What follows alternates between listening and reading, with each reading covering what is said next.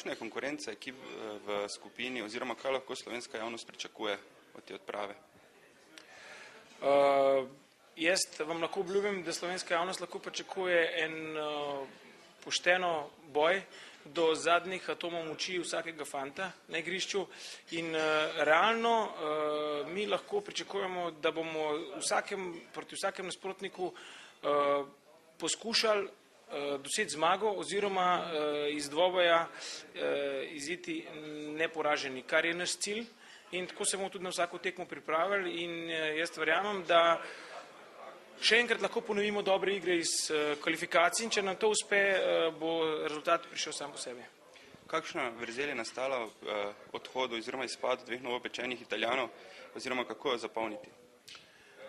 Ja, sigurno je tukaj vrzel sploh s tem, da še Rajko ne sme igrati prvo tekmo, ampak vemo, da smo tukaj priključili zdaj mladega Vučkiča zdraven, ki sigurno je kvaliteten igralec, ki lahko zapolni neko vrzel v sredini igre.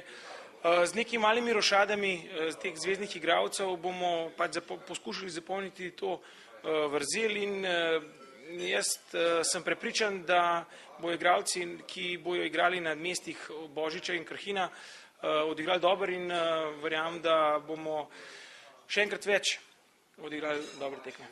Ima ta generacija potencial, da pride na nivo te zlate generacije Zahoviča, Pavlina?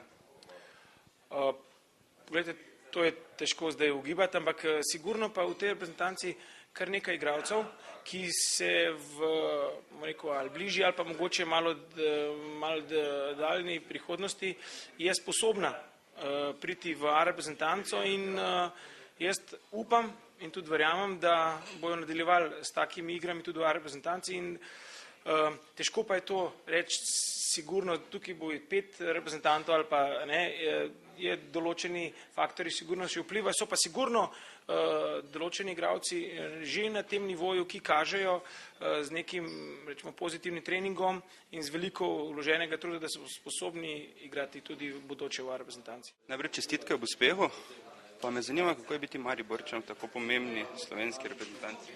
Najprej hvala za čestitke. Ja, sigurno je pomembno, glede, ni važno, odkot prihajaš, ampak kot Mariborčan sem zelo vesel, da sem lahko v tej reprezentanci, da mi selektor zaupa in jaz bom probal svoje cilje ustvariti. Kakšna je razlika igrati v klubu pri državnih prvakih in v reprezentanci? Je razlika? Seveda je razlika. V reprezentanci je to na najvišjem nivoju, igre na najvišjem nivoju, kaj se pa tiče kluba, pa je pač treba oddelati svoje v slovenskem prvenstvu. So že kakšne ponudbe iz tujine? To pa še ni bilo. Ne želim niti komentirati.